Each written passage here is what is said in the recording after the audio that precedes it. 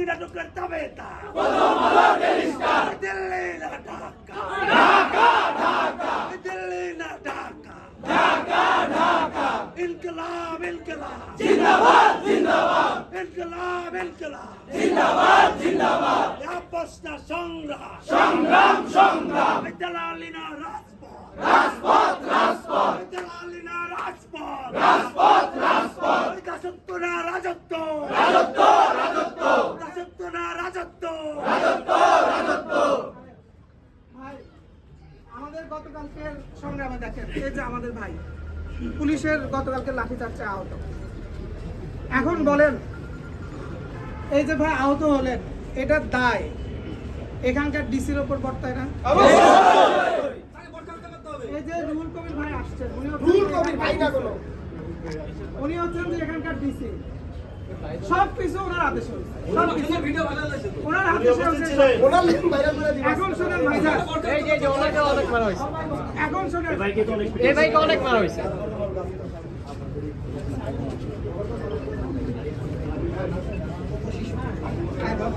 এই যে এখানে যে ভাইকে দেখতে পাচ্ছি ওনাকে অনেক স্বাস্থ্য ভালো। ওনারা প্রস্তাব করছিল যে আমরা মুসলেখা দিয়ে থাকবো, মুসলেখা দিয়ে। আমাদের স্পষ্ট কথা, আমরা কোনো মুসলেখা দিই না। মুসলেখা দেওয়া হচ্ছে অপরাধী। বরং আমরা তো ইনশাল্লাহ এখান থেকে রওনা করবো, আমাদের সমাবেশ হবে।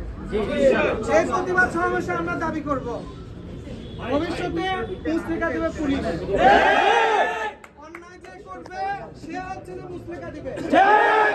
আমরা জনতার আদালত করবো ইনশাআল্লাহ। এই জনতার আদালতে মুসলেখা দিতে হবে। আমরা ইনসাফে এবং ন্যায়ের উপর বিশ্বাস করি। এই ন্যায় এবং ইনসাফ যেটা কোরআনের ন্যায় এবং ইনসাফ, কথা খুব স্পষ্ট, আমাদের বিশ্বাস স্পষ্ট, আমাদের রাস্তা স্পষ্ট, আমরা কোথায় যাইতে চাই সেটাও স্পষ্ট। এই 18 কোটি মানুষে আমরা ইন্ডিয়ার দাসত্বের মধ্যে রাখতে পারি না। এই ইন্ডিয়ার দাসত্বের মধ্যে এত কোটি মুসলিম আর থাকতে পারে না। এই প্রশাসনকে বের হয়ে আসতে হবে, মিডিয়াকে বের হয়ে আসতে হবে, সরকারকে বের হয়ে আসতে হবে, স্কুল কলেজ শিক্ষা প্রতিষ্ঠানকে বের হয়ে আসতে হবে, সমস্ত জনতাকে বের হয়ে আসতে হবে। কোথায় থেকে বের হইতে হবে? ইন্ডিয়ার দাসত্ব থেকে বের হইতে হবে। আমাদের আজাদি এবং মুক্তি কোরআন এবং সুন্নাহর উপরে, আমাদের সম্মান কোরআন এবং সুন্নাহর উপরে। আমাদেরকে রুটলেস হইলে চলবে না। আমাদের রুট মক্কা আর মদিনার সাথে, আমাদের রুট 1400 বছর আগেকার সেই অবিচ্ছিন্ন ধারার সাথে। আমাদের পিতা আদম, আমাদের মিল্লাত ইব্রাহিম, আমাদের নবী মুহাম্মদ, মানহাজ কোরআন এবং সুন্নাহ, অন্য কিছু আমরা বিশ্বাস করি না। ওকে, স্লোগান হবে দিল্লি না ঢাকা, ঢাকা দিল্লি না ঢাকা, ঢাকা। গতকালকে সন্ধ্যায় কার নির্দেশনায় আমাদের সাধারণ মুসলমানদের উপরে হামলা করা হলো, আমরা এটা জানতে চাই। কে নির্দেশ দিল? আমরা কোন রাস্তা গতকালকে অবরোধ না না কেউ অবরোধ করে নাই, কোনো সহিংসতা করে নাই। মুসল্লিরা তারা প্রথম আলো অফিসের সামনে খুবই শান্তিপূর্ণ ভাবে ছিল। সন্ধ্যার পরে আমরা দেখছি প্রথম আলোর সামনে প্রথমে লাইট অফ করা হলো। 2013-র একটা ঘটনাকে আমরা গতকালকে আবার দেখলাম। 2013 সালে যেইভাবে রাতের অন্ধকারে লাইট অফ করে মুসলমানের উপরে গুলি করা হয়েছিল, গতকালকেও ঠিক সেইভাবে আক্রমণ করা হয়েছে। এখন প্রশ্ন হলো, কার নির্দেশে করছে এগুলো?